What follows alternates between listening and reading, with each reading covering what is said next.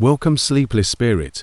I'm your storyteller tonight, here to guide you gently into the shadows of slumber, where dreams take over and worries fade away. Before we begin, don't forget to like this video and subscribe for more bedtime tales, whispered just for you.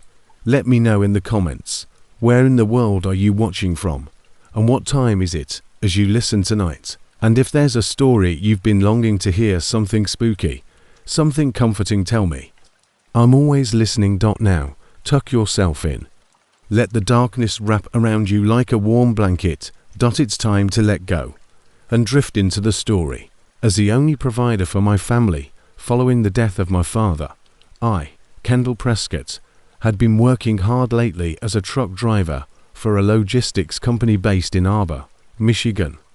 My mother and younger sister were very important to me, and they were never far from my thoughts as I drove my trailer truck from one part of Michigan to another. I went to the cozy diner, which is connected to the gas station, one unpredictable warm afternoon for a quick bite and refuel. I thought to myself, I could really use some of that coffee right now. I ordered a steaming cup of black coffee and started a casual conversation with other truck drivers, which is how we entertain ourselves during our pit stops. We exchanged crazy stories while munching on. The topic of conversation changed from sandwiches and occasionally laughing at unexpected jokes to an elderly driver named Ernest telling a horrifying tale about his experiences driving through Detroit. He described a notorious serial killer who preyed on innocent people, leaving their mutilated bodies as sick trophies for police to find. Ernest cautioned us all to exercise caution and remain vigilant, since no one appeared to have identified this vile perpetrator during our stops in Detroit. We thanked him for the heads up and carried on with our meals, even though the atmosphere had noticeably soured after Ernest's recollection. With renewed vigilance, we said our goodbyes and started our separate journeys. Weeks went by without any problems, but the unsettling story Ernest had told us started faded from memory until an assignment took me through the heart of Detroit once more. My work kept me moving around the city until nightfall, when I made the decision to stop at a truck stop off of Interstate 75 before continuing on to Lansing. As the hours went by, I parked my truck at the almost empty lot with the intention of locking the doors and sleeping for a few hours, but my heart fell as a scream filled with pain and terror-piercing as I scanned the area, hopping in and out of the truck with clammy hands gripping a tire iron and peering around parked trucks and dimly lit street lamps. I tried to follow the echo of the scream, which seemed to be coming from behind an old warehouse near the quiet night air. The reverberation of the quiet night air made it impossible for me to ignore my heart pounding in my chest. As I rounded the corner, I saw him, a tall figure in dark clothing hunched over someone who was trembling on the ground. Blood stained their clothes, where their limbs had been grotesquely twisted beyond recognition. The sight alone almost knocked me over. I was creeping closer to the edge of the lot to investigate this blood-curdling cry for help. Sweat ran down my forehead, and my palms itched with anticipation. I continued to approach the assailant cautiously, realizing that there was no point in calling for help because my phone had died earlier in my trip. However, as I got closer, our eyes locked for a terrifying moment. The killer's stare was icy and unresponsive, and I had no time to waste, so I called for help, hoping that someone at the truck stop would hear my frantic plea for assistance. Someone called the police because there was an attack going on. The killer's face twisted in rage. It dawned on him that I might have warned others too soon. He ran away, vanishing into the warehouse's shadows. I wanted to follow him, but I knew I had no chance against this vicious killer, so I rushed to the victim, assessed their injuries, and did my best to console them. Shortly after, some truckers heard my pleas for assistance and started searching the area, while one of them called 911. While we waited for the authorities to arrive, the victim passed away in spite of our efforts to save them. When the police eventually arrived, they gathered evidence and asked us about what we had seen. I then described the attacker and the events that had taken place. The next day, News of the incident spread like wildfire, and Detroit was on high alert as people feared this villain would strike again. Law enforcement stepped up their efforts to find this predator, but I couldn't shake the feeling of dread that came with confronting Detroit's notorious serial killer. The fact that the killer slipped through our fingers left me distraught. I decided it was time to leave Detroit and continue my journey after surviving the encounter with the killer. But no matter how far I traveled from that city, memories of that night plagued me for weeks. I kept thinking about the victim whose life had been so cruelly cut short that evening, as well as the other people who had eventually met similar unfortunate ends. I eventually concentrated on my work, pushing the memories of that night into the back of my mind, even though there were no updates on whether the human monster who terrorized Detroit had been caught or not. One day, while traveling through another city, I came across a news report that said the police had finally captured Detroit's infamous serial killer on camera. He was apprehended thanks to evidence from a security camera and the combined efforts of multiple law enforcement agencies. I was relieved that he would no longer be a threat to anyone, but I couldn't ignore the fact that many families were still dealing with the terrible loss caused by this predator. Their suffering was still as real as it had been on that terrible day when I first faced Detroit, Spain. As time passed, I continued to drive through Detroit and never really left my heart, even though many horrific memories poisoned that city. But I couldn't forget the quick response of people who stood up to evil when called upon. Detroit may have had its dark corners and sinister secrets, but it reminded me that humanity can rise against unthinkable odds. Other cities met new challenges and learned from experiences along the way. The idea of horrors and supporting one another in times of need gave me the cautious optimism I needed to face life, knowing that there were heroes ready to fight every horrible act that lurked in the shadows. I made a commitment to remember not only the victims, but also those who battled darkness with light. And this conviction motivated me to be more watchful and conscious of my surroundings in every city I visited.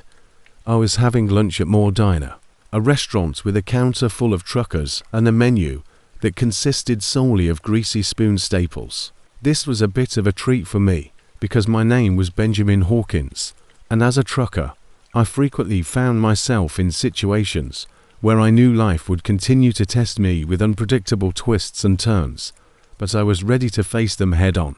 As long as hope remained within me, the world seemed to be perfectly within these diner walls as I ate by myself, relying on the same pearly packed meals over and over again. As I chewed on my burger, enjoying every juicy bite, I couldn't help but laugh softly as the people around me engaged in friendly banter.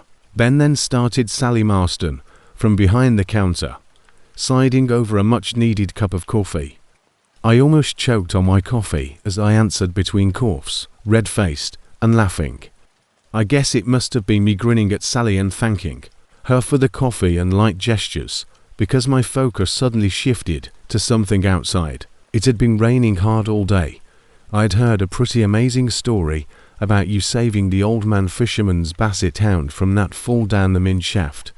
Through the window pane blurred with raindrops, I could barely make out movement as a large van passed Mo's Diner in an eerie crawl.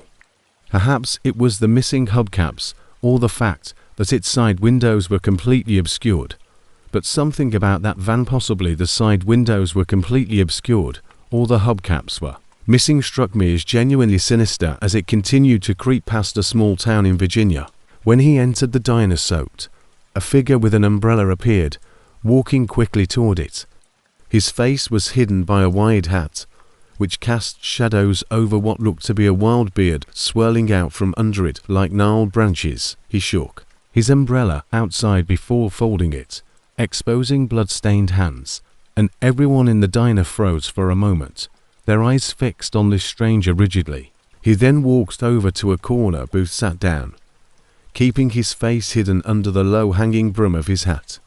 He carried an eerie silence with him as he slumped into his seat, making everyone in the diner uneasy. I'm not sure why, but I couldn't get rid of the overwhelming sense of dread that this stranger's air had given me.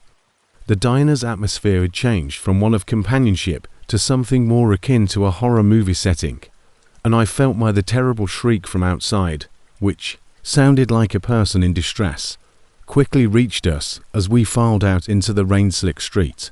Upon closer inspection, we discovered a crumpled and disfigured body sprawled across the pavement. Bill Preston Pride, a member of the local volunteer firefighting crew, was well known and adored by. We hurried back into the diner, meeting again near his abandoned booth as whispers hovered unclear around us, panic pushing its weight. In that same moment of gruesome realization, I turned around to see that the stranger had slipped away from his booth and was gone. The glass door slammed shut behind him, leaving only a dilly streak mark where his blood-stained hand had been. His mold is still hardly recognizable. What kind of sick monster could do this? It suddenly occurred to me that this didn't make sense. Weird vans and small towns never meant much more than some harmless eccentric passing through. But now that this grisly scene was just a few steps away from our sanctuary, everyone seemed on edge, especially since Bill's fatal injury seemed so recent, yet the stranger disappeared without a trace. Feeling that something about this drifter was linked to a bloodlust that we in our worst nightmares couldn't comprehend, we were at a loss for what to do next. The town had no cell phone signals, and the police station was 10 miles away. We were extremely uneasy because we knew that whoever committed this heinous act would continue their killing spree if they weren't caught quickly. Tommy, the bravest of the group, suggested that we decided that staying at the diner was not a safe option, so we decided to band together and head to the police station. The storm would make the trip difficult, but it was our only option. We huddled close together, flashlights and umbrellas in hand, bracing ourselves as the rain pelted us. We took turns looking behind us to make sure the stranger wasn't there. As we moved down the slick streets, I couldn't help but examine every face I saw for any indication of malice, resemblance to the stranger who had been at the diner, or anyone who might seem suspicious. A man emerged from an alleyway and came toward our group. He was tall, had an untidy beard, and wore a disheveled brown overcoat that looked like the one worn by the stranger who had left the diner earlier. We couldn't see his eyes, but we could feel his icy glare piercing us. He approached us deliberately and stopped within arm's reach, paralyzed by fear. Our group exchanged nervous looks, unsure of what would happen next. "Get out of town down," the enigmatic man said in a deep voice, and we stared at him blankly, too scared to answer. "Listen to me," he said. Tommy finally stammered out. "Who are you?" The man grunted. "Names don't matter right now. What matters is survival." Before we could gather the courage to confront him or ask any more questions, he turned away and vanished, leaving us shaken and terrified. But his warning only strengthened our resolve to get to the police station as soon as possible. Accelerated our pace as the storm seemed to get worse. A loud crash and distant screams startled us, so we rushed even faster in the hopes that help would arrive soon. When we finally arrived at the police station, we frantically told Officer Reynolds about what had happened. He listened with wide eyes and a serious expression, assigned officers to patrol the streets, and insisted that we remain at the station until they had secured the area.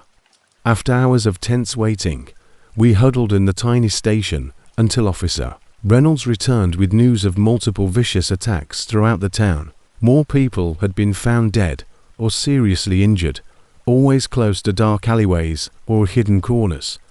Officer Reynolds acted swiftly to take action and determined that it was best for groups to depart the station together and seek refuge in. Town residents gathered outside in relief as they realized that whoever or whatever had been terrorizing us was gone, save for happy memories of Bill Preston and his firefighter uniform. Officers were also sent to guard each home throughout the night to ensure everyone's safety. The next morning, we learned that no more attacks had taken place overnight, and that no signs of the stranger had been discovered. We felt thankful that our families were safe again, Even though we didn't fully comprehend what had happened and were scared of the horrific attacks in our small town, we knew that sticking together helped us survive against an unfathomable threat.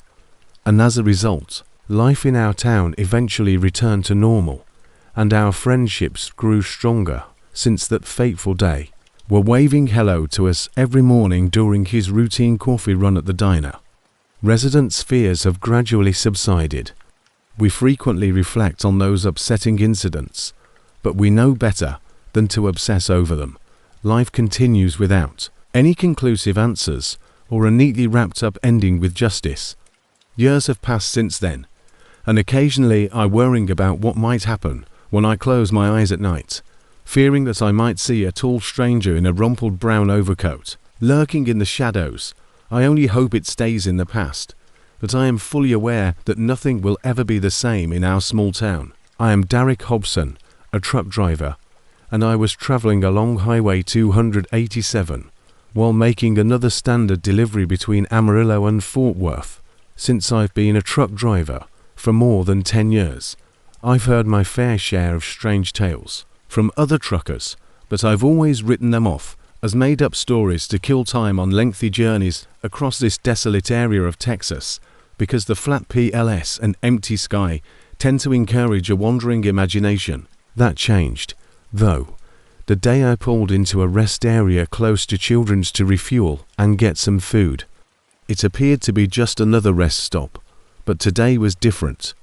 Instead of the usual chatter or the sound of truck engines, there was an eerie silence. As I took a sandwich from the vending machine and went outside into the crisp evening air, I saw an elderly man sitting on a nearby bench, hunched over and staring at the ground. He seemed unfamiliar in this remote area, and I realized that he must have having been stranded. I approached him carefully and started a conversation. The man introduced himself as Elias Murdoch, and he told me that he lived on a nearby road ranch where his family had raised cattle for generations. He didn't go into great detail about why he was at the rest stop or what had happened to his ride. I understand what you're thinking, but the truth is that we were in such. Elias interrupted me with a haunted look in his eyes before I could offer him a lift back home. He described the butcher as a serial killer who had killed 3 people. In the last month alone, trucker folklore frequently consists of eerie tales of dangerous people who lurk around during those lengthy road trips between cities. But something Elias's voice made it difficult to ignore this warning. His descriptions of the horrific attacks were terrifying. He claimed that, in addition to killing his victims, the butcher also appeared to dismember their bodies in a way that was truly disgusting, leaving behind only heaps of severed limbs and mutilated flesh. The heinousness of these crimes had never been witnessed before, at least not in Texas. At this point, he advised me to leave the area and stay away from the Texas for the rest of the day. His warning lingered in the back of my mind. When I finally got back into my truck, I automatically locked the door and watched my surroundings as I pulled onto Highway 287 once more at night. Panhandle until the butcher was caught. As disturbing as the liar's tale was, I had a job to do and couldn't just cower away from the possibility of danger. Had fallen by the time I arrived halfway between Memphis, Texas and Memphis, Texas. Exhaustion began to set in, but I was kept awake by thoughts of the butcher. My head swiveled like a manic owl, and every rustle outside my taxi sent chills down my spine. As I rounded a bend, I noticed a single parked car with an open trunk, so I instinctively eased on before I could decide what to do next. A tall man with what appeared to be a blood-soaked machete appeared from behind a nearby tree. My heart pounded in my chest as fear gripped every inch of me as the man lumbered towards me slowly. I applied the brakes and squinted through my headlights to get a better look. No one was around, but I couldn't get rid of the feeling that this was exactly what Elias Murdoch had warned me about: an encounter with the butcher. Footfall brought him closer within striking distance, and I had no choice but to floor the accelerator and speed down the highway at breakneck speeds. My eyes stayed fixed on the rearview mirror as the shadowy figure in the distance shrank in size. But it wasn't enough to stop the feeling of dread that was spreading like a cancerous vine into my soul.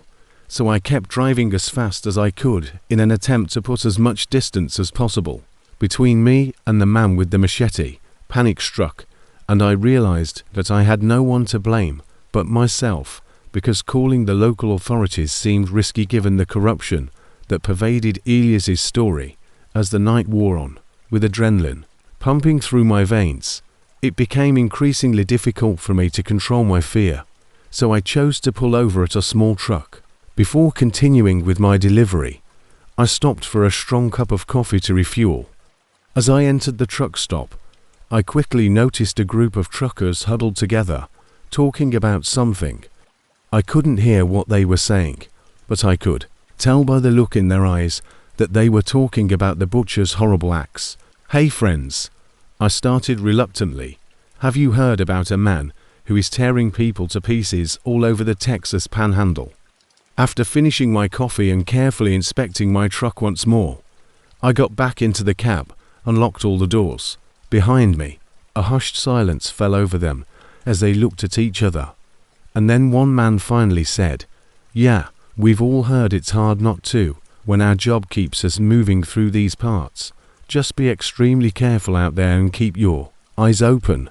My paranoia and fear were only heightened by other truckers. The next few days were filled with uncertainty and terror as I drove through deserted highway segments or slept fitfully inside the cab's cramped walls. Every sound of leaves or distant hill made me jump with fear and stop at gas stations or rest stops, which seemed foolish, but continuing without pit stops was. In an attempt to move on from that traumatic event, I took a break from truck driving. It was unsustainable. A sleepless week passed before news broke that the police had finally captured the butcher. Relief washed over me like a tidal wave. It was all over. But even though I knew the man behind the slaughters was captured, I couldn't stop replaying the images of mutilated limbs in my head. That figure in the darkness of the night had pushed me to the brink, and his bloody machete will always haunt me. To look for a different career path that wasn't involving driving on distant highways at night. As life gradually started to return to normal, my heartbeat slowed and my anxiety decreased. Eventually, the memories of that terrifying week became more tolerable, and I found comfort in the knowledge that there were people who were also impacted by the butcher's actions. Every year on that fateful day when I first saw the man with the machete, I would go to a small memorial made by the locals in honor of the butcher victims. As I stood in front of those names engraved on stone, a somber reminder of the lives that were senselessly taken, I vowed never to take safety for granted again, and to always be vigilant about my surroundings, carry with me the knowledge I've gained from surviving my run-in with the butcher. My name is Roland Marston, and I've been a truck driver for more than 15 years. Some people might consider truck driving to be a lonely job, but I've always seen it as the ideal way to get some much-needed solitude and peace of mind. Jokes about hitchhikers and lot lizards have gotten old over time. I therefore kept to myself most of the time when I travelled. About 6 months ago, when it all started, my route passed through Logan, a small town in West Virginia. The scenery was breathtaking, with the Appalachian Mountains offering miles of unhindered natural views.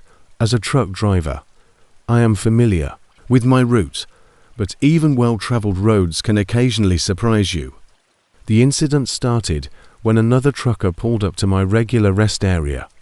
He appeared agitated and stumbled out of his rig toward me with fear in his eyes. Roland came to my aid, saying, "Calm down, buddy."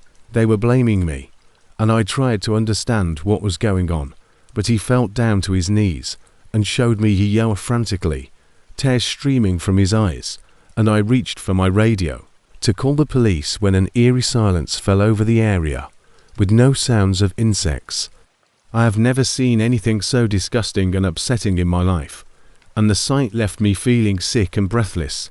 I don't know how it got here. Birds were no longer able to be heard, and as I looked up from tinkering with the radio buttons, I noticed a tall figure watching us from behind some bushes across the road. The man, or whatever it was, had ragged clothing hanging loosely from his body and seemed to have bloodstains all over him. I couldn't see his face well, but I knew he was responsible for the gory pictures my fellow trucker displayed as the figure started to menacingly approach us. I told my friend to get back in his truck, lock the doors, and stay there. "I'll be right back, and we'll resolve this." I reassured him by pushing a heavy object into his shaking hands that he could use as a self-defense weapon. Across the road, adrenaline pumping through my veins, and the gap between me and the figure, his face was taking shape, and his eyes were shining with a sinister intensity, as if they were peering deep inside me. My body tensed as our confrontation became inevitable, my heart racing and my mouth parched in terror. I stood resolutely, holding my pocket knife tightly in my hand, and with every step he took in my direction, I started to yell angrily, "Back off, man!" I was nearly paralyzed in that moment, my mind racing as I considered my options. If this mysterious ascent decided to come after us, my only chance would be to defend myself. For your own good, the man no, this terrifying figure didn't respond to my attempts at intimidation and kept inching closer as if sensing the tension of the inevitable encounter and hope for the best. As the figure drew closer, I understood that calling for assistance would be futile because we were on an abandoned road and it was just me, my fellow trucker, and this hideous figure. The once-lit truck stop appeared to fade in the night's shadows as if to reflect my waning hope, and the enigmatic figure eventually faced me directly. His untidy hair covered a portion of his sinister face. He was wearing blood-stained clothes that hung loosely from his skeletal frame, and a scar ran across his left cheek. He suddenly lunged at me, trying to slit my neck with a rusty knife in his right hand. I pushed him to the ground and ran back across the road, into my truck, where my heart raced as I struggled to start it and drive away. I could see in my rearview mirror that he, my fellow trucker, and I drove wildly down the deserted road in our separate trucks, our thoughts a mixture of fear and desperation, and we realized that our fuel gauges were dangerously low. We managed to get up and give chase a quick shout, but eventually stopped running and vanished into the shadows once more, gasping for air. I tried calling for help on my CB radio, but no one responded, and not even static came through the speakers. Our only option was to stop at the small town we saw on our GPS before our trucks ran out of fuel. Once we arrived in the town, I saw that some lights were still on inside a gas station. Fortunately, it appeared to be open. I pulled up close to one of the pumps while keeping an eye on our surroundings, and my fellow trucker followed suit before carefully leaving when he saw that we were both as pale as ghosts. A gas station attendant suddenly appeared in his cabin with a worried expression on his face. "What's going on, folks? You two look like you've seen a ghost," the attendant said. Uneasily, without wasting any time, we started telling him everything that had happened to us, including the terrifying pictures on the phone, the threatening figure, and his attempt to attack me. The attendant listened carefully to our entire story, and, after a few silences, he finally said, "I think I know who that man is. His name is Randall," and the attendant said, fear creeping into his voice, "He used to live around here, but we thought he had disappeared a few years ago, and he committed several gruesome acts against some people and animals in the town. We never thought he would come back with this newfound. Our best course of action was for all three of us to go straight to the local police station and tell them what happened. We left our trucks at the gas station and took the attendant's car. Because we didn't have much fuel left anyway, after we arrived at the police station, we filed an official report because we felt that we couldn't continue making deliveries while there was a threat to our safety. Report and help them gather as much information as they could about Randall. The following morning, following a restless night at a nearby motel, local police officers told us that they had discovered Randall dead in the woods behind the truck stop. He had died from wounds he had received during our previous altercation, and was clutching his rusty knife until he passed away in shock. Thankful that danger had passed, my fellow trucker and I finally exhaled. We thanked the local police for their assistance and went back to the gas station to pick up our trucks, making sure to pay for fuel.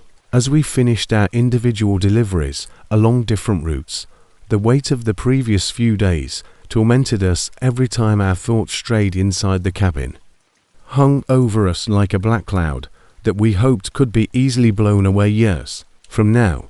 Even though everything seems to be a distant memory, neither my fellow truck nor I will forget those heartbreaking moments or the relationships we formed in the face of fear and adversity as we continue to drive long hours on lonely roads while attempting to earn an honest living. It was one of those boring days that tend to blend together. My name is Herman Baxter, and I drive a truck that transports time-sensitive goods from coast to coast. Unusual events serve as terrifying reminders that not all people or things stay hidden forever. Sometimes they unexpectedly come back to haunt you.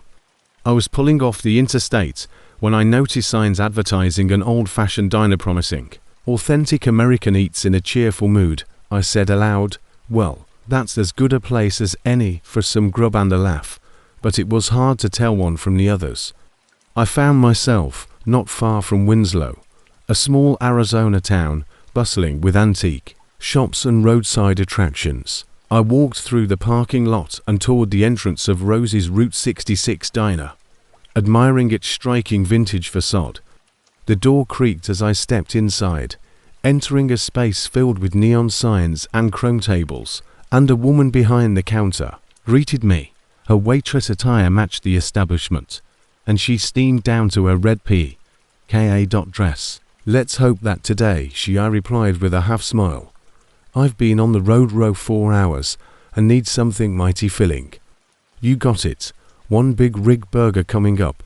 While I was waiting for my food, I engaged in conversation with locals who were excited to share stories about their beautiful area.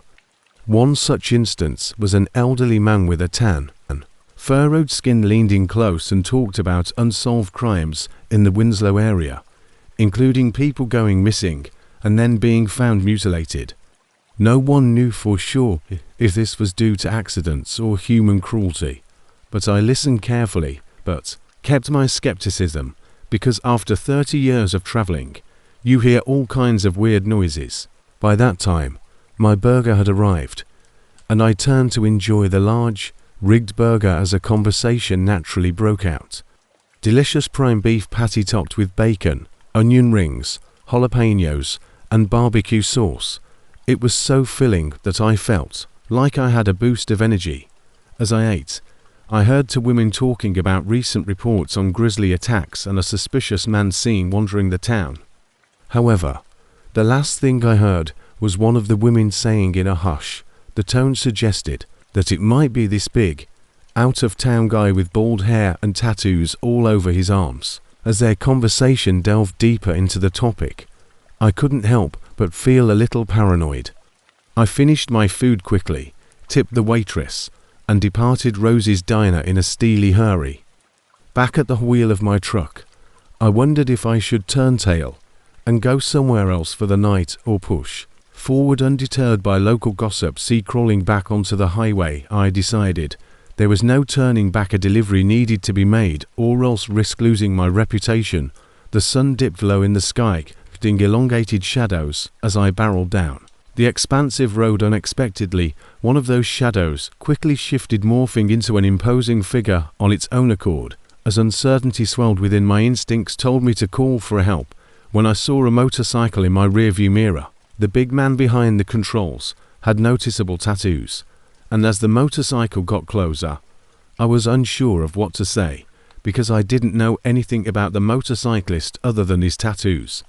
The figure on the motorcycle started shooting at me, and bullets were flying down like hail. I swerved my truck just in time to avoid the hail of bullets, and as panic struck, I thought, who was this man, and why was he attacking me? I grabbed my phone off the dashboard, dialed 911 in trembling hands, and stammered as I explained my predicament to the operator who was being chased. The operator assured me that help was on its way, as the siren soon pierced the airwaves as police vehicles drew closer. It felt like a brief victory. They kept me from becoming another graphic statistic tied to Winslow's unsolved mysteries, which I'm still pursuing. I was shot at by a tattooed motorcyclist on the highway as the minutes stretched into eternity. In order to avoid gunfire, a police cruiser activated its public address system and told me to get off at the next rest stop. I followed their advice and steered off the highway, while another group of police cars engaged in a furious pursuit with the tattooed person. The attacker's shots caused the police cars to swerve and crash, and it made me sick to watch as the officers became innocent victims in this twisted game of cat and mouse. Detectives questioned me extensively about any connection or motivation behind this near-death experience after a motorcyclist arrived at the rest stop and officers approached my car, while others arrived to assist their fallen comrades. A roadblock had been set up on either side of the entrance and exit ramps. I saw an officer with a sketch pad next to one of their squad cars, where they drew detailed sketches of the tattooed motorcyclist from my description. Over the course of the following few days, news reports detailed officer casualties and injuries sustained in pursuit of the tattooed man these valiant souls had. Despite my trembling limbs and racing heart, I left the scene that night relatively unharmed. The police continued their investigation into this unknown aggressor, but found it difficult to find him using the little information I could provide. Put their lives in danger to save a stranger and paid a heavy price for their selfless deeds. I was lying in bed, feeling guilty about my part in this tragedy, when I heard a knock at my door late one night. I cautiously looked through the peephole and saw two detectives with serious expressions. I invited them in, and they gave me an update on their investigation, telling me that they had finally captured the menacing figure terrorizing me. Information about Winslow came together like jigsaw puzzle pieces. The man was a deranged serial killer who had committed several horrific murders across the nation. He lived just a few hours away when he decided to expand his evil activities in Winslow, and it appeared that I had the misfortune of falling into his twisted path during my brief stay at Rose's Diner. The detectives assured me that life resumed as I went back to making deliveries, but my heart continued to grieve for those who suffered the most from this nightmare all too painfully. This man had and would never harm anyone again, thanks to the bravery of those officers who intervened on that fateful day. Winslow's dark chapter became another of those unexplainable events you hear about over roadside burgers, cafes, but occasionally, when far-off sirens scream or a motorcycle speeds down a remote road, it's difficult not to think of the people who gave their lives to protect me and question why it was them rather than me. Their memory endures as a reminder that heroes can still be found even in the most unlikely places. I'm Deacon Layton, and I was born and raised in Wackhill, Texas.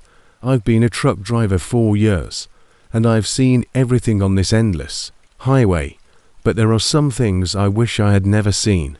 A few months ago, I ended up in a small town called Canyon Creek, which is in Montana. The day had begun like any other. Morning was crisp and quiet like the calm before the storm, and my hot cup of coffee kept me going. I arrived at the warehouse to pick up a load of lumber.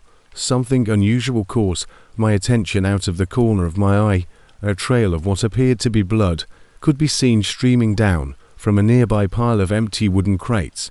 My nosy nature took the better of me, and, without thinking about possible danger or consequences, I slowly approached the crates. Flies swirled through the air. A stench so repugnant overwhelmed me that it made my stomach churn, and just by noticing it, the closer I got to the source, the more apparent it became. A human hand lay there, severed at the wrist. Words couldn't describe how horrified I was. Frantically, I tried calling 911, but couldn't get any reception on my phone. By this point, panic-stricken by what I had found, as the minutes passed agonizingly slowly, an elderly man with gaunt facial features started to approach my truck with a blood-soaked sack over his shoulder.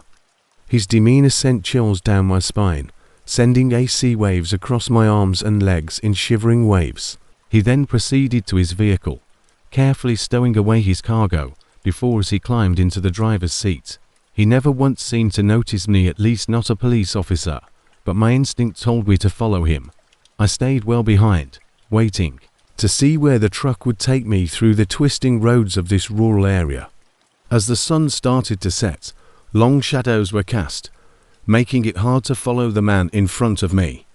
Suddenly, he stopped his truck as my heart thumped in my chest. He got out of his car in front of what appeared to be an abandoned farmhouse sitting on a sizable plot of land with tall grass. He began carefully unwrapping the blood-soaked sack, knowing that, if there were more victims, the attack would be swift and crushing beyond anything he could have predicted.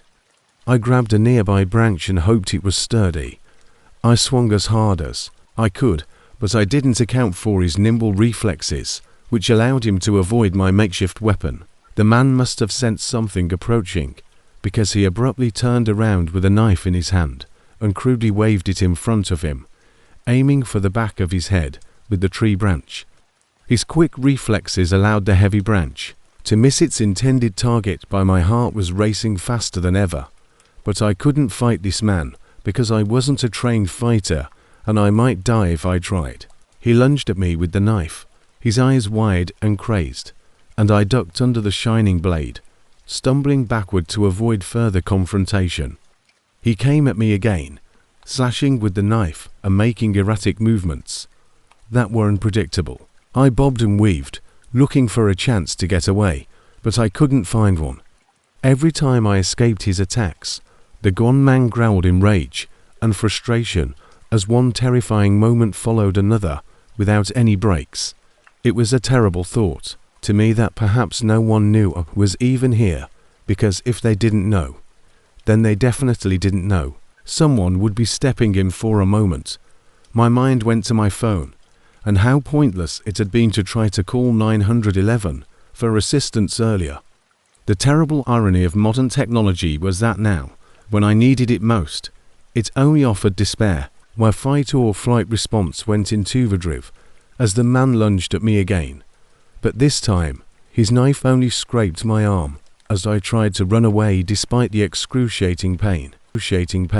I had to keep running despite the pain and warm blood pouring down my limb from the wound until I reached my truck. The keys were still in the ignition, so I turned them with unsteady hands and started the engine in a panic, thinking only about getting away from the man who was after me. As I drove down the road, my truck slammed and cammed wildly across rocks and pits in an attempt to get away, finally gaining some distance between me and my assailant gave me a brief break so that my wits could return. I recalled my previous attempt and checked my phone for a signal again, but this time there was only enough reception for a call to emergency services. I fervently hoped that a woman's voice would answer the phone and ask, "What's your emergency?" as quickly and succinctly as possible. I then told the operator about my terrifying experience, and she reassured me that local police would be sent right away to the abandoned farmhouse and where I was now. While I waited for assistance, my mind kept returning to the severed hand I had discovered earlier. How could someone do such a thing? How many other victims were there? I wished I could have done more to prevent this man from hurting others, but ultimately in order to survive, I had had to flee rather than attempt to fight a battle I was ill-prepared for.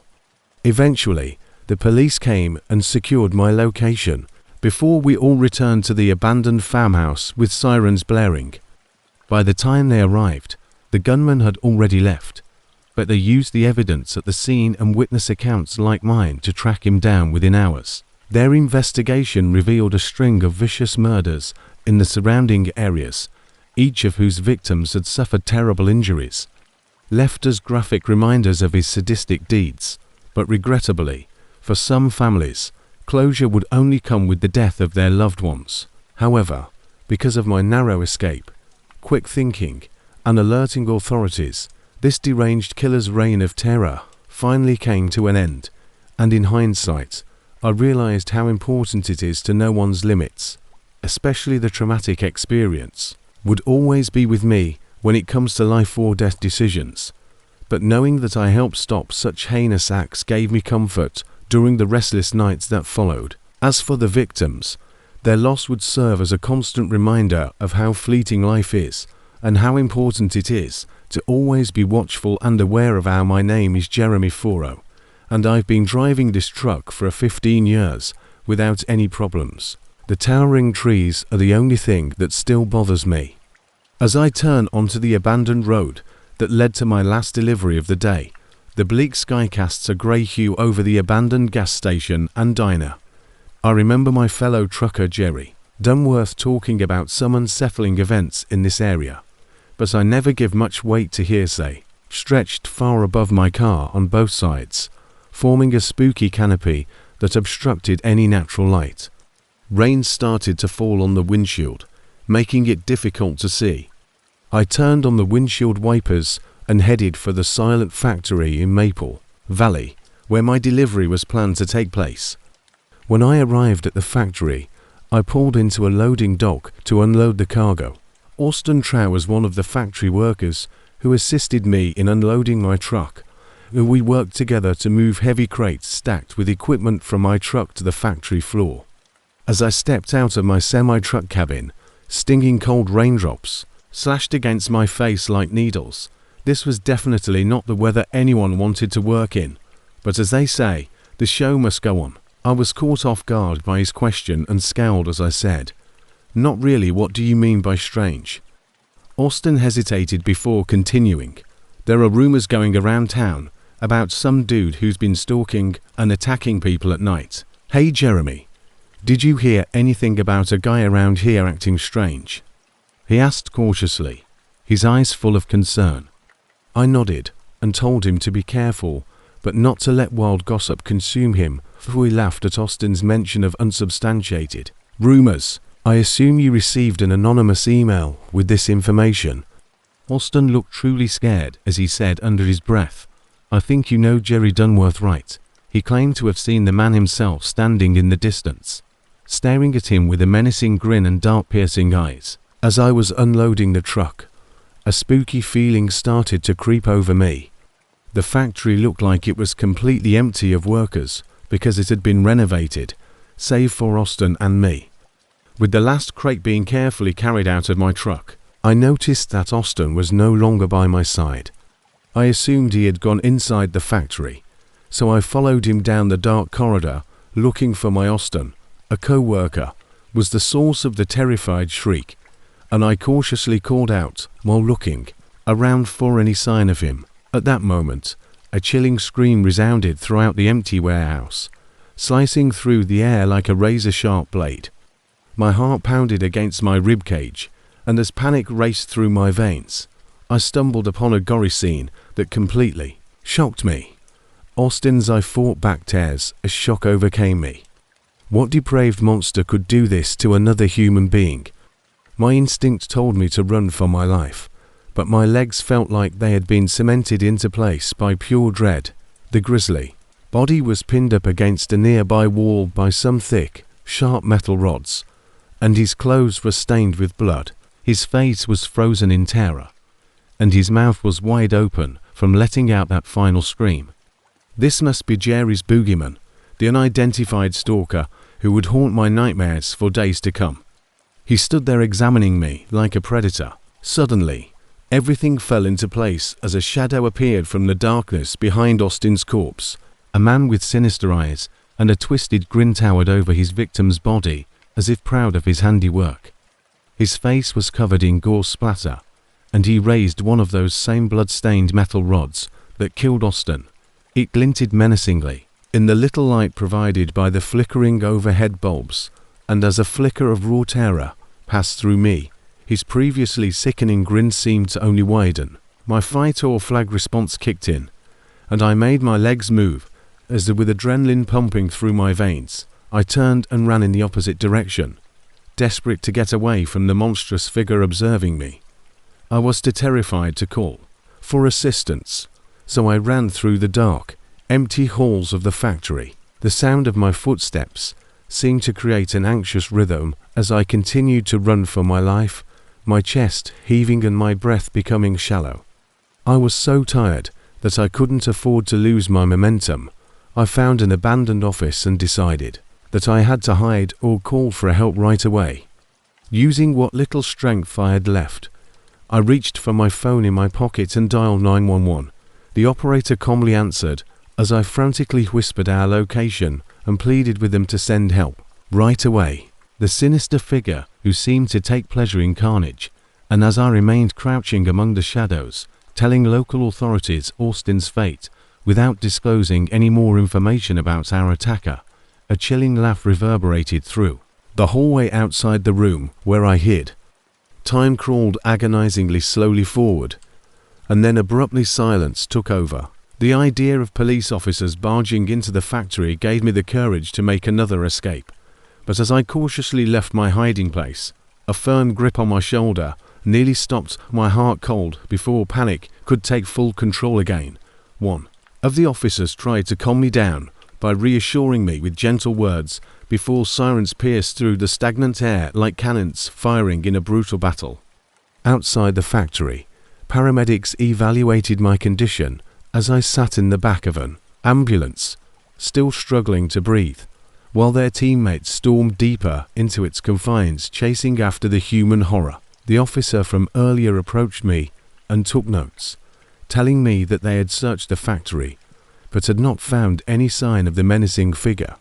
After securing what little justice they could for Austin, they took his body from the factory and promised a days turned into weeks without any leads on who our assailant was or why he picked us as his prey. Folklore never occurred to me, and no explanations were given, so a cloud of dread hung over me, making me cautious of shadows and an edge at all times. The unidentified individual who brutally took Austin's life haunted every part of my mind. Since I had narrowly, I clung to an inexplicable sense of survival-driven hope since I escaped death. No closure could be found, and the evil person who killed Austin remained unpunished despite the agonizing thought that he could return at any time and complete the gory killings. Every painfully vivid memory of that terrifying night is still etched in my mind, echoing Austin's terrified, even though I couldn't save Austin. I made a promise to myself that I would never forget his name or allow his memory to fade away, because the scream and the sight of his lifeless body, supported by those twisted metal rods, as time continued its endless march forward, would haunt both my wakefulness and my dreams. The imprint that bound us together and forever by our shared experience was something far darker than either of those things. My name is Kirkland Benson, and I have been a truck driver for as long as I can remember.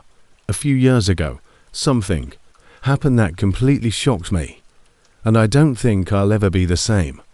I always took pride in being an ordinary guy leading an ordinary life. When things took a sinister turn in the middle of Kentucky, it started shortly after my break at a small diner in Lexington.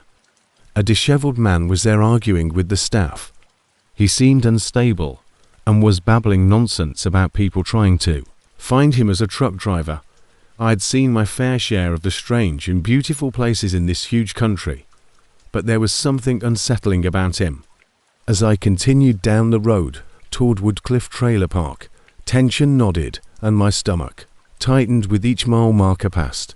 By the time I arrived at my destination, it was late afternoon and the sun was shining. His eyes and the conversation remain in my memory because he said something that struck me as strangely specific. He mentioned Woodcliff Trailer Park, the exact location where I was headed with my cargo. I pulled up to my designated stop in front of a rusted double-wide, that anxious feeling, long shadows over the rows of trailers. The thing about trailer parks is that each one conceals its stories like fully formed universes under aluminum roofs. Whispers and secrets linger in the tight spaces between each home with metal walls for ears. From earlier still nod at me as I exited the taxi. Against my better judgment, I chose not to call for assistance and instead used distracting dispatch for indigestion or empty paranoia.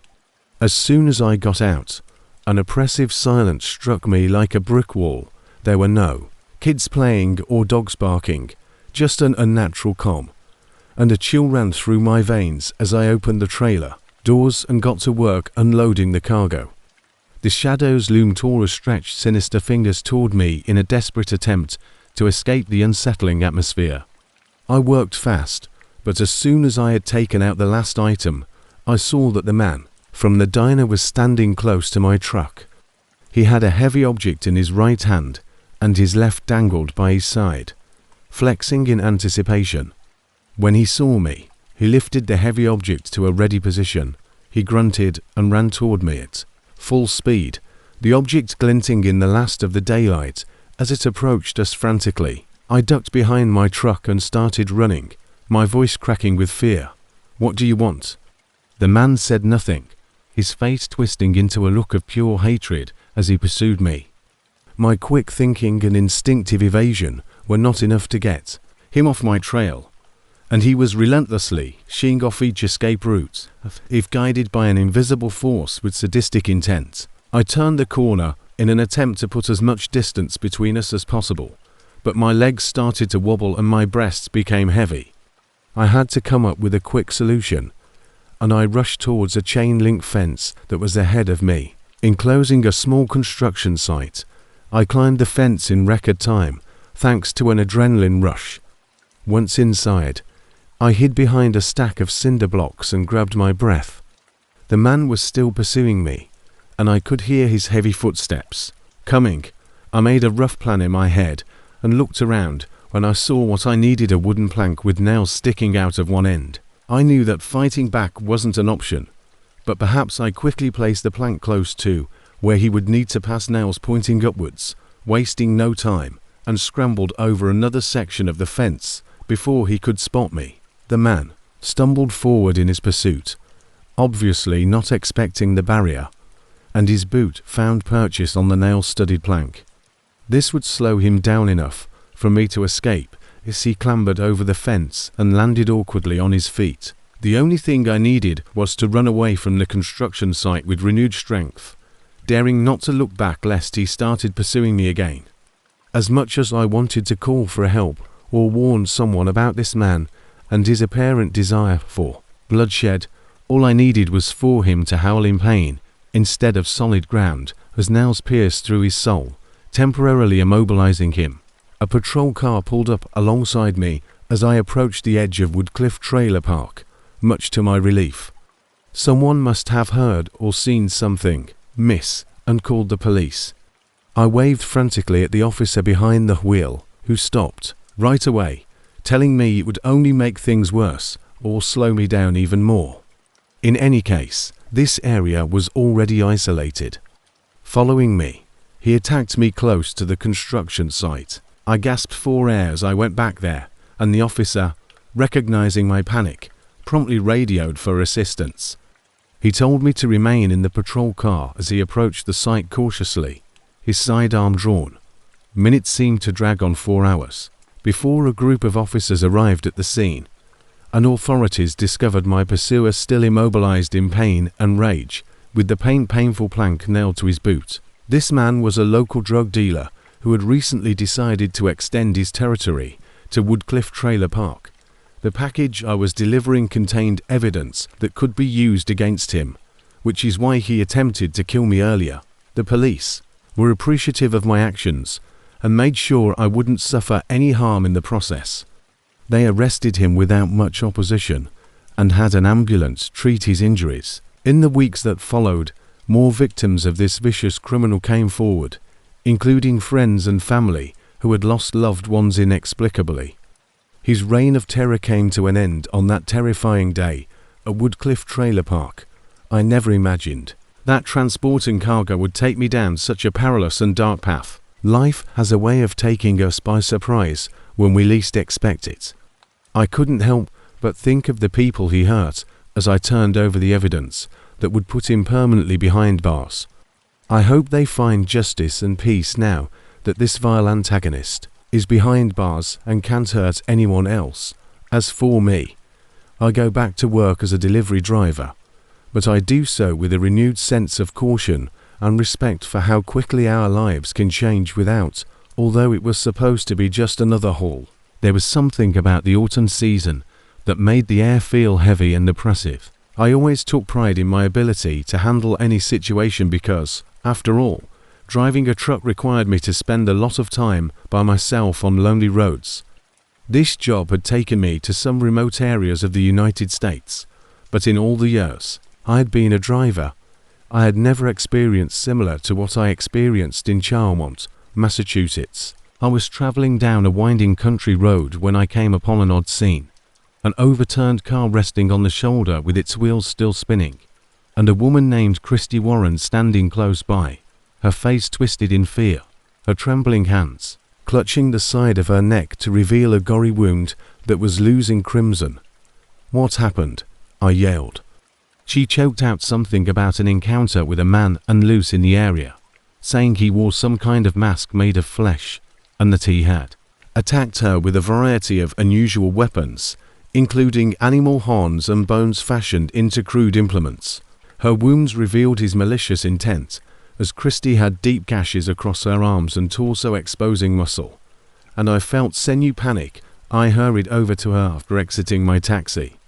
I looked toward my truck's cab and muttered to myself, "Let's get you into my truck. We'll drive until we find help." As we got closer to my truck, the sound of rustling leaves sparked an irksome feeling of dread in me, reminding me that this soup path might still be lurking nearby. But we needed to get Christy help before she bled out more than she already had. I have no cell signal. Something wicked was coming quickly when a great oak tree fell onto the road mere inches from where we were standing. My heart was almost pounding in my chest as I frantically tried to pull Christy away from the fallen behemoth. But well, there goes that plan, I muttered, my voice trembling. The road was now completely blocked by the downed oak, leaving us stranded, and then I heard footsteps approaching from behind. I spun around, prepared to confront whatever threat had brought us to this remote location, but as my eyes acclimatized to the approaching figure, a spooky sea appeared on my face. His name was Terence Schmidt, and he introduced himself casually, as though this mayhem were just a normal Monday morning. My neighbor down there had heard the commotion and thought I would investigate, and as relief descended upon me, I couldn't help but notice that Terence seemed unfazed by our gruesome surroundings, with his steady demeanor and firm handshake offering a sense of security. We enlisted his help in getting crazy medical attention. He led us into the dense forest, urging us to keep up despite our growing exhaustion. As we moved further away from the road, we came upon a cabin nestled among the trees. "It's not much," Terence said, with an unsettling grin, "but it'll for the time being." Everything fell into place all of a sudden. Terence Schmidt was no longer a good Samaritan. Instead, he was just a front for the vicious psycho who had targeted Christy and me. We were caught in his twisted game and had no way out of the cabin. Terence was smiling menacingly as he locked the door and pocketed the keys. I turned to face Christy, who was seriously hurt and still in danger. Terence started to approach us, his intentions obvious as he tightened his grip on a knife in a panic. I tried to think of a way to protect Chris, and I frantically rushed over to a landline phone on a small table across the room. I dialed 911 and prayed for the best, pleading with the receiver as I explained our situation. The police dispatcher assured me that they had located us and were sending help right away. Since we had no way to defend ourselves against Terence's relentless attacks, we could only buy time by avoiding him until help arrived. Terence then lunged at us with a knife, but fortunately missed it because we missed his attempt. "You're not leaving here alive," he bellowed menacingly. Christy staggered from exhaustion and blood loss as we reached the top of the stairs. A strong sense of urgency told me that time was running out for Chris's sake. We needed help. We knocked over furniture and other objects in his path in a desperate attempt to slow him down. But he persisted in his pursuit. His eerie calmness only increased my fears. Every second felt like an eternity at this point as we escaped our captor's vicious attacks. Downstairs, We heard sirens approaching, and by the time the police arrived, the sound had grown louder. Terence briefly stopped his pursuit as panic flared across his face, and Christy and I sprinted into the nearest room to block. Terran was yelling at us from the hallway as police orders reverberated throughout the cabin. The sound of loud bangs and clashes indicated that Terran was resisting arrest, but at last we heard a thud followed by silence, neutralizing the threat. Armed officers entered the room as the door opened, and one of them walked up to me and said, "It's over now. Christy, your friend, was taken to a nearby hospital and given immediate medical attention. It took weeks for her wounds to heal, but she eventually recovered completely." Terran Schmidt was found guilty of his crimes and given a life sentence without the possibility of release. The judge felt that this was not the first time he had attacked innocent people, and that he had been pursuing his victim long before we crossed paths. Even though our ordeal is over, his path left an enduring impression on both of us. Occasionally, when we pass a cabin tucked away in trees or drive down an empty road, those horrific memories are difficult to forget. Christy and I have grown closer than before this horrible experience, but we have come out stronger together, and we will never forget what happened that day in the woods or how close we came to becoming victims of Terence's twisted game. Life went on, but those gloomy days would always teach me to be alert and never take safety for granted while I was by myself in strange places. As a truck driver, my life was constantly about moving from one location to another.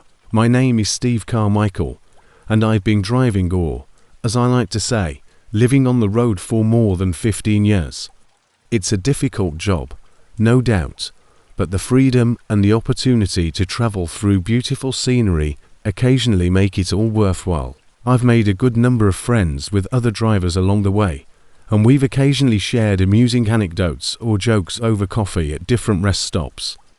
One late evening, a crackling voice on the radio broke my silence as I arrived at the outskirts of Pittsburgh, Pennsylvania, and announced that there was an ongoing manhunt for an unidentified serial killer in the area. Several victims had been reported, all of them horribly and nearly indescribably mutilated.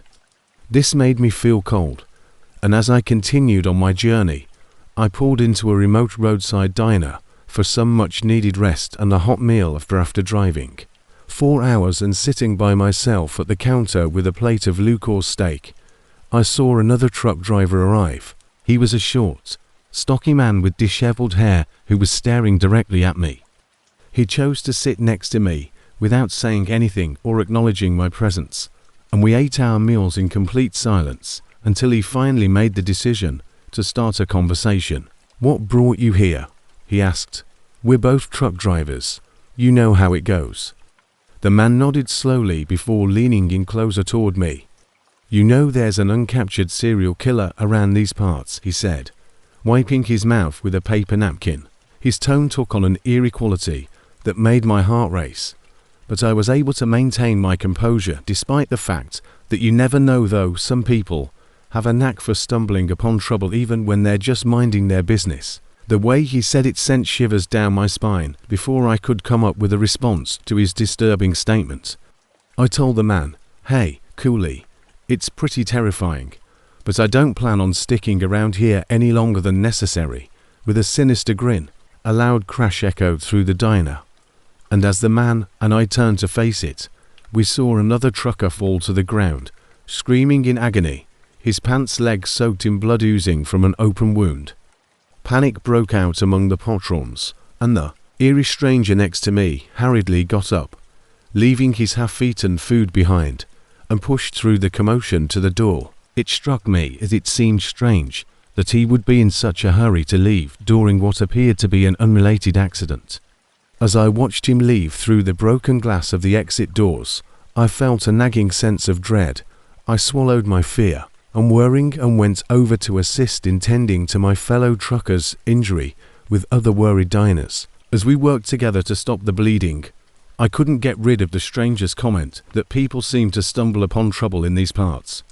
As an ambulance arrived on the scene and a number of police officers rushed into the diner, a team that specializes in this widespread spate of murders and mutilations. The commotion finally subsided, giving the impression that there was more going on than just an accident or coincidence.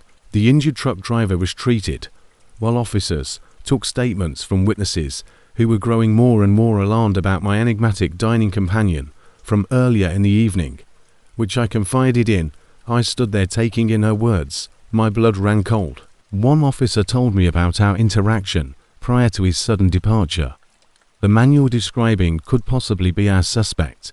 After hearing what I had told him, she said sharply, "It's vital that you remain here as a witness and stay vigilant, because we don't know for sure if he'll return if it turns out he is the killer."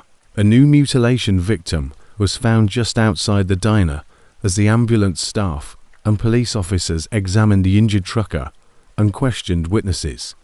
I couldn't help but replay the stranger's statements about people stumbling upon trouble in these parts as I glanced out the window. This is how I imagined my night would look when I pulled into this diner earlier just for a meal.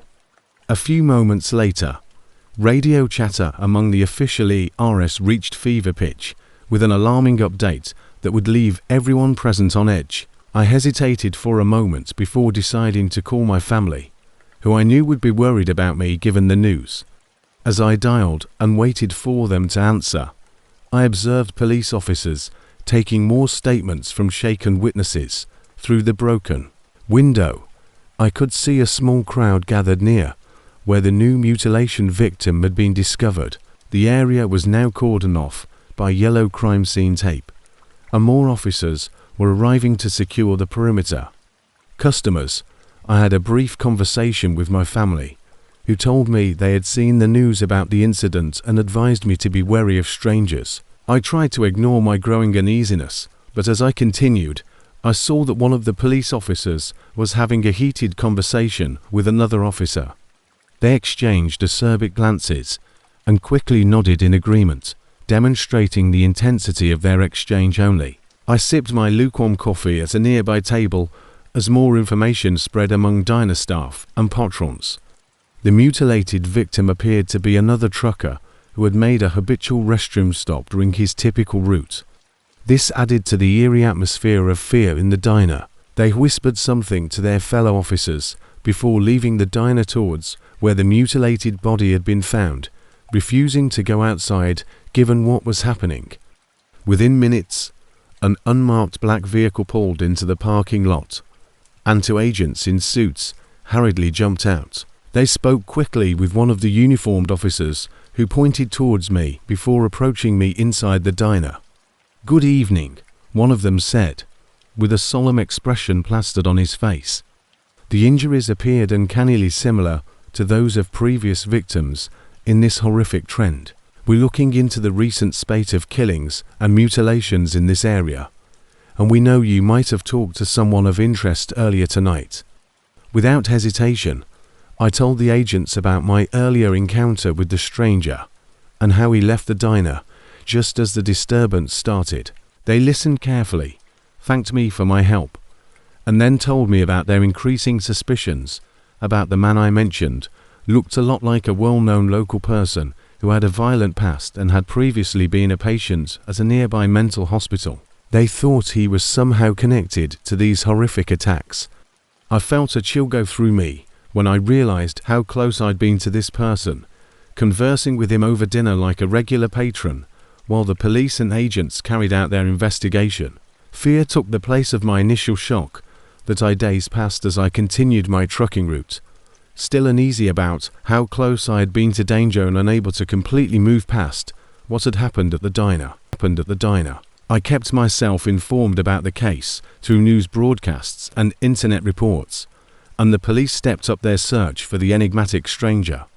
Felt like an unsolved mystery, but a developing nightmare. About 6 days after my incident at the diner, I finally received some updates via news reports about the enigmatic encounter.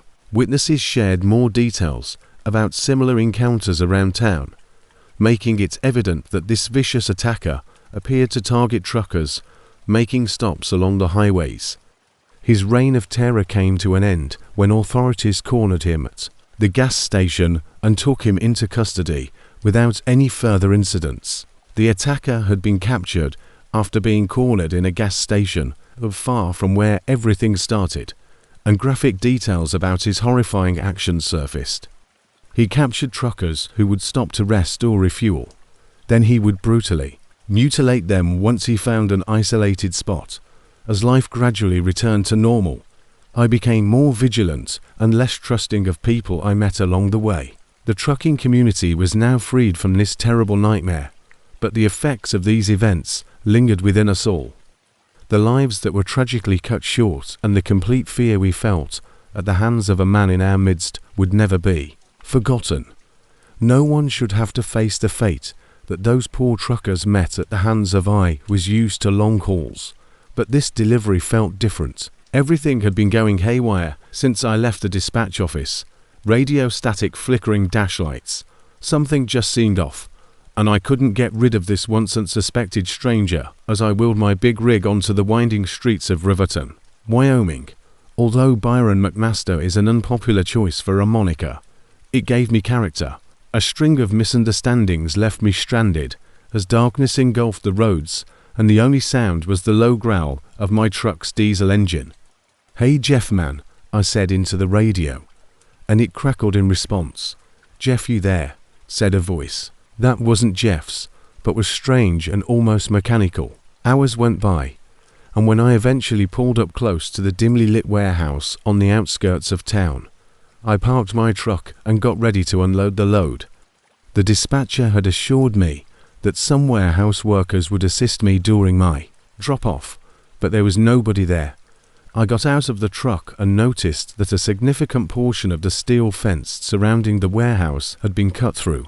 I sighed and, muttering to myself, I debated whether or not to call it in, but after weighing the lateness of the hour and the fact that attempting to find anyone would be futile at this hour, I decided against it.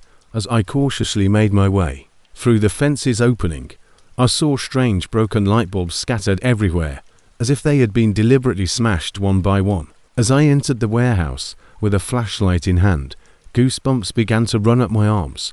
Because of the eerie atmosphere within scanning in my panic, I dropped the flashlight and momentarily lost my bearings as I grabbed it and steadied myself. I saw shadows flickering in narrow beams carved through the darkness. I tried to hold my breath as I looked around and saw dark stains on the concrete floor. Something truly sinister had happened here. The unusual silence was broken by the piercing sound of breaking glass. Looking around a corner, I saw a man who was only 20 feet away from me, his back to me, smashing another light bulb with a crowbar. His clothes were ragged and covered in blood, and his movements were methodical and mechanical. Our eyes met, and time seemed to stop.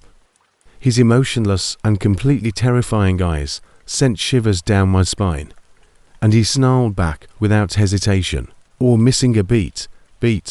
I switched to survival mode and ran back toward the fence opening.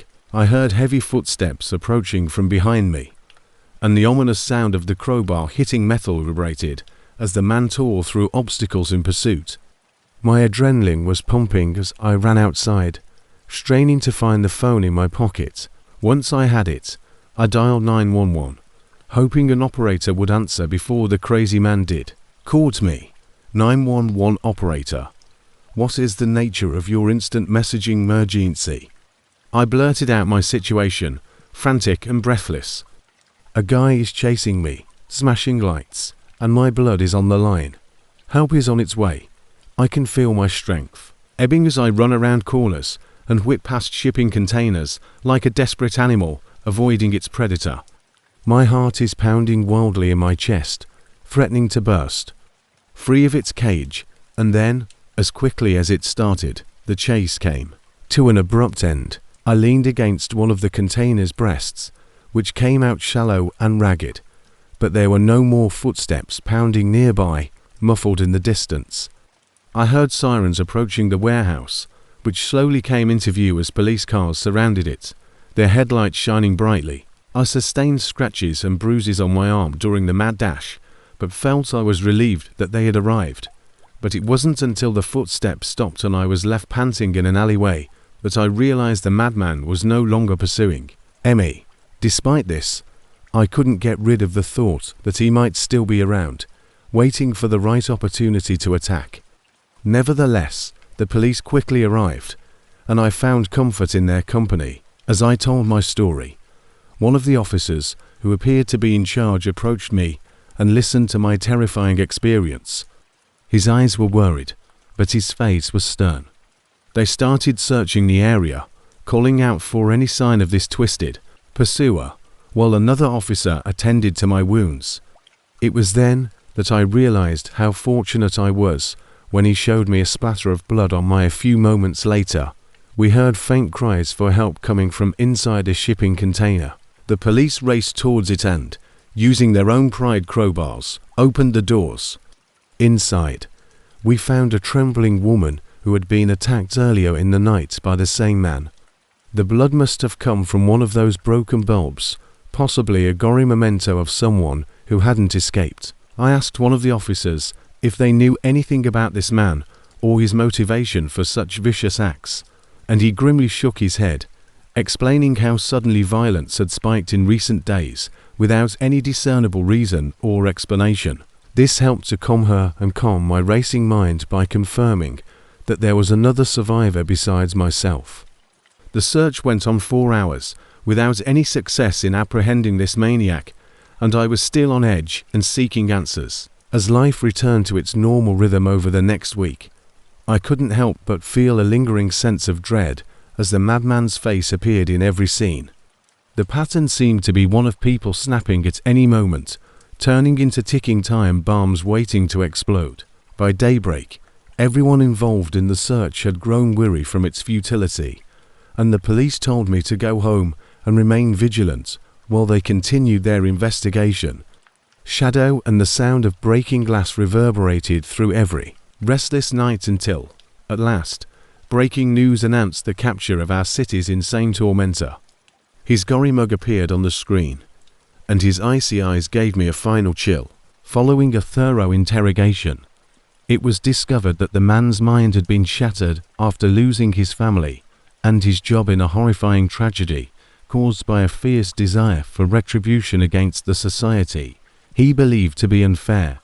He changed into a crazy version of himself capable of unimaginable brutality, and in the end, he was imprisoned so that he could never again torment people, though I was thankful to have survived this terrible experience, and that all of the victims had received justice from the authorities. Couldn't help but consider how suffering and misfortune might push a regular person into such darkness. With these ideas running through my head, in a fresh understanding of the fragility of life led me to conclude that each day was a gift that should be treasured and not taken for granted. Given the recollections of those tense occasions, this deranged man will remain imprinted in my brain forever as a terrifying warning of how quickly life can alter. But even though I was able to go away largely unscathed, I will always remember that other a woman's eyes filled with terror, or those broken, blood-stained bulbs. The fallout made me realize that sometimes it's more important to acknowledge that bad things happen than to comprehend why they happen. Even the darkest shadows can allow light to shine through.